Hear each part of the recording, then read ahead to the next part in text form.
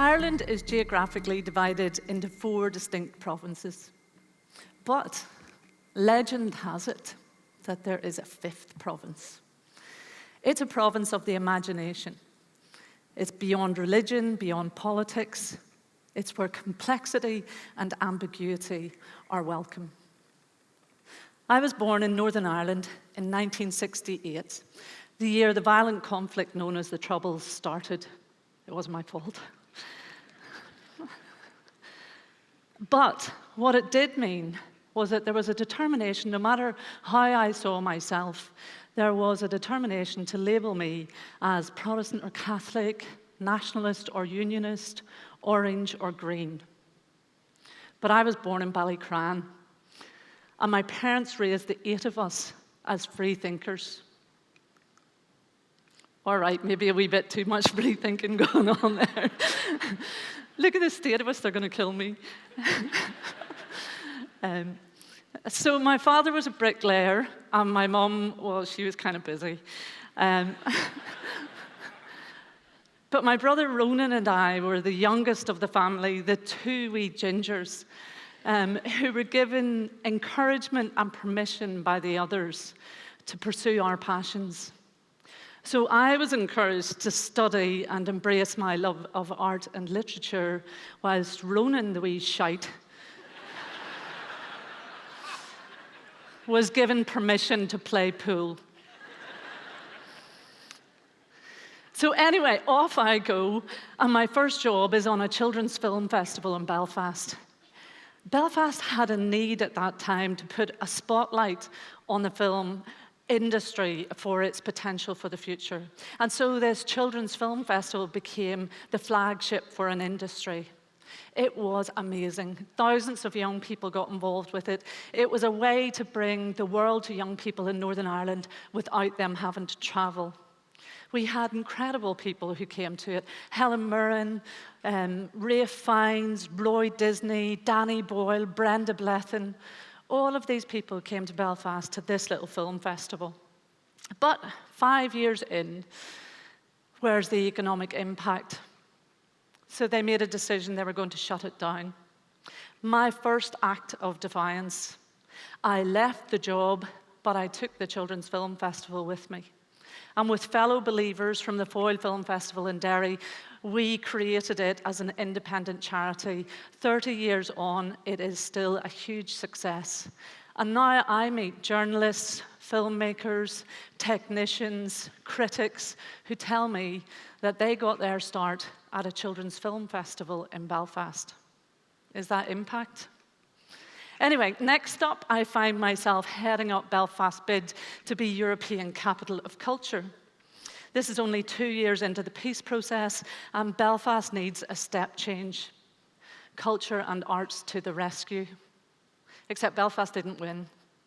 We didn't win, but what we did do was galvanize a city and give permission to the artists in the city and the people of Belfast for the first time to have a seat at the table and to decide what culture means for their own place. Belfast didn't win, but all of the buildings that we predicted happened anyway. Belfast is a city that is comfortable with buildings. It's less comfortable with supporting programming and people and content and ideas. So cut to 10 years later, and Derry wins the UK, London Derry, legendary, wins the UK City of Culture title, and everything's come full circle, and this time I'm actually going to get a chance to do it, and we're going to do it differently. In my very first broadcast interview in that job, the first question, well, Shona, you failed in Belfast. What makes you think you're going to make a success in Derry? Love that Northern Ireland spirit for encouragement. So what did we do differently? We wanted an entire city to get involved in this process. There was going to be no one artistic director. Culture is not monochrome, so we had many in our programming team with different backgrounds and different ideas. There was going to be no boring conversations about whether there was enough orange or enough green in the program. And there was going to be no set idea about what art means, what's in and what's out. This was really about galvanizing a whole city to get involved in their cultural year. So what happened? Hafez Schechter, one of the world's great choreographers, came to the city with his show Political Mother, but he did it differently. He did it differently because he recruited 30 local musicians and 30 local dancers to work with him on the show. 10 of those local musicians were from orange bands, seen for once for their musicianship as opposed to their ability for marching. It was an incredible show, still stands out as one of the best performances that I have ever seen, and genuinely life-changing for everyone involved with it. Frank Cottrill Boyce, a wonderful writer, and Walk the Plank came to Derry. And again, they did it differently. They recruited 1,000 local people, and the idea was that they would bring Derry's saint, St. Columba, would return to the city, and these 1,000 local people would tell him the stories of everything that he'd missed in the hundreds of years since he'd been gone. It was amazing. Columba travelled from your own Iona on his tiny curragh up the River Foyle. Grown men cried at the symbolism of this little saint returning to his city. We even stole your Loch Ness monster. There was no shame. So the wonderful Nessie roared his way up the River Foyle to do this epic battle with Columba from the Peace Bridge in Derry. And I was on the roof of a hotel building with my mother, who had just never seen the likes of this, and her best mate, Phil. And all we could hear was Martin McGuinness in the sideline shouting, "I can hear him! I can hear Nessie! He's coming now!" An unforgettable experience to stand on that rooftop and hear Martin McGuinness fearing the great Nessie breathing fire coming up the River Foyle. Then one day, 4 local women, 4 Derry women, came into the office, and I said, "How can we help you?" And they said, "We just want to be part of this." And I said, "Do you have an idea?" And they said, "Yes, we have an idea." They weren't looking for money. They were just looking for permission. Derry women absolutely love to dress up. I don't know if it's the history of the shirt factories there or whatever, but they love to dress up. And their idea was these flippin' dresses that you spend a fortune on and wear once in life. So, one Saturday morning, over 1,000 local women from 18 to 80 came out in their wedding dresses to raise money for charity. And it was absolutely gorgeous. Tell me that that's not art. So, for me, that Derry City of Culture year was an absolute landmark moment in the city. The people of the city came up to it, they embraced it, they enjoyed it. It was like that moment when Dorothy steps out of the black and white of Kansas and into the glorious Technicolor of Oz. I will never forget it. So what happened next?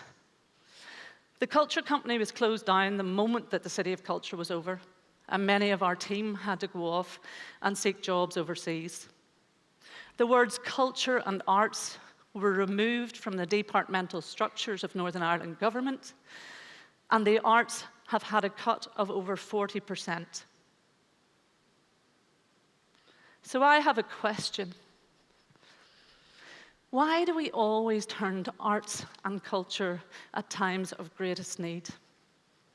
The Edinburgh International Festival was established in 1947 as a means of reconnecting the people of Europe after the horrors of war. Whether it was Liverpool, Hull, Derry, or indeed Glasgow, the City of Culture titles go to the cities who have the greatest need at that time. Across the UK, failing schools turn to arts and culture as a means of giving young people a way to achieve their potential. The Edinburgh Fringe was established 70 years ago because 8 local companies wanted to have a voice. In 2018, 967 Scottish companies will have a voice in that extraordinary festival. They will be joined by artists from 50 different countries around the world. It is simply the greatest platform for freedom of expression that I know of. So, 92 billion is what creative industries bring into the UK economy. 2 million people are employed in the creative industries.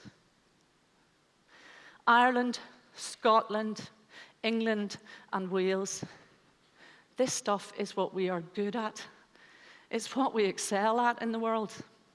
Music, storytelling, arts, creativity, telling bloody good jokes. So, I think it's about time that that was recognized. We're really good at it. People like us for it. So I have a suggestion. I think now more than ever, we need that fifth province.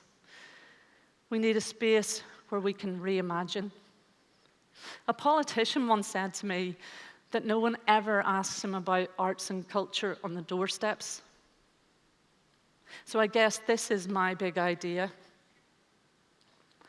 Over and above the economics, because we know the answer to all of that. But if you or anybody close to you has ever been touched by the words of a song, by a piece of music, by a book, by a film, by a photograph, by a bunch of brides on a bridge, then the next time there's a politician on your doorstep, will you please tell them that this stuff matters, that it's really important? And just one last thing. Do you remember that wee shite that I told you about at the start? Who got permission to play pool? Well, he's been 12 times All-Irish champion, twice second in the world, European professional champion, and he is, quite simply, one of the best in the world in every sense. Thank you. Thank you. Thank you.